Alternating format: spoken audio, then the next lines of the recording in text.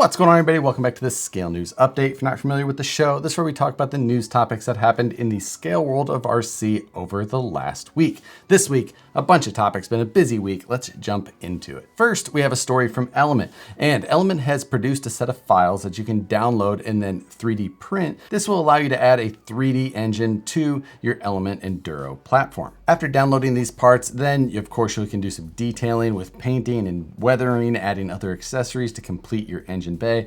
A lot of companies have started to kind of integrate these, print your own accessories that they provide free, usually to the customers who buy their other products. Adding a 3D printed engine to the front of almost any of our vehicles makes things look just nice and complete and filled in. Nice to see this as an option, especially with how popular 3D printers are becoming to see with people at home. Next, we have another story from Associated, and this is the CR28. When I first saw this story, I got excited. I thought, oh, maybe there's going to be another option for those who really enjoy that 124 scale model, but then I 128, not 124.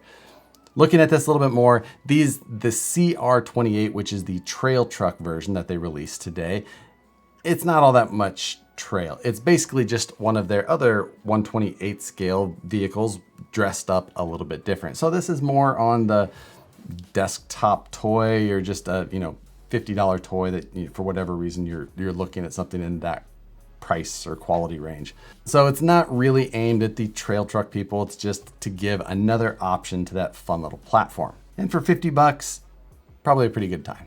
Last week, Blake Wilkey was down at the Proline headquarters, and they were shooting some video with one of Blake Wilkey's desert vehicles. And it's just a cool crossover to see Blake into the RC side. Hopefully Proline is working with Blake on some sort of livery or possibly a body option. We've seen the Heatwave visual options become available through Proline at this point. Maybe they're going to take the shreddy style that we see on the side of a lot of Blake's rigs currently and apply that to some of the body options from Proline. Or maybe it's a replica body from one of Blake's other projects, which there are many, and I'm sure you've seen them whether you realized who it was or not. RC 4-Wheel Drive released some new 1.9 Michelin tires this week, and these are a just over 4-inch tall 1.9 with a very detailed actual tread pattern on it. The sidewall details are just micro level, super fine all the way around.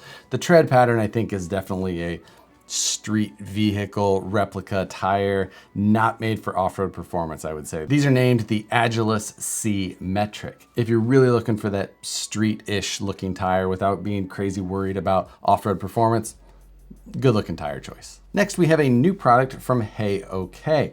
Now, if you're not familiar with HeyOK, they're a company that's been around for a really long time making these, winch controllers or light controllers. They're definitely somebody, if you've been in the hobby or this side of the hobby for quite a while, you've probably ran across their name. And this new product is a light controller that actually turns your lights on or off depending on the light, just like a automatic light sensor on a modern vehicle now. This is kind of one of those cool items, just a nice touch you can add in there. Maybe this will stop from people running their light bars on in the middle of the day all the time, even though I'm guilty on that of just about every truck I have. But details on this product are going to be available in the description below, as well as the rest of the stories in the news. Now available separately from Vanquish is the 80mm Incision scale shocks. These are the shocks that were introduced on the VS410 Ultra, and these were used on the Ultra to lower the ride height slightly due to the addition of portals. But now these shocks are available separately, and also available for these shocks or VS410 Ultra owners is the 80mm spring set,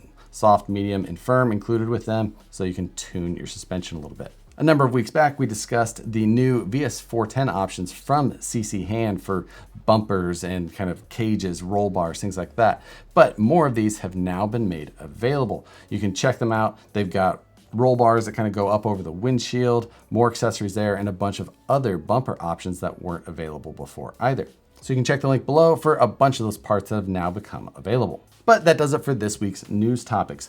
One thing that came to mind was now that Element has released a 3D printed engine file. It's just another thing. We've talked about it before with new product releases having 3D printable free accessories available, or even businesses that are based around buying a file or even just buying 3D printed parts. But the actual question is, are you into 3D printing? Are you into it because of RC? It seems like one of those hobbies that goes right alongside it pretty well.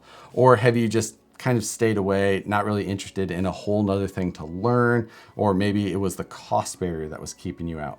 I mean, many 3D printers now can be had for much less than the cost of a new ready to run RC vehicle, let alone one that we build and upgrade and tinker on or make accessories for. So with the cost of 3D printers now, it's really just lowered that bar for people who think about jumping into this side. But if you are into it, put in the comments how long you've been doing it and what your preferred 3D printer is at this time. I find 3D printing to just go so well with our hobby. Just the small things you can do, whether it's some small detail parts. Printing full hard bodies for our vehicles is becoming so much more popular now.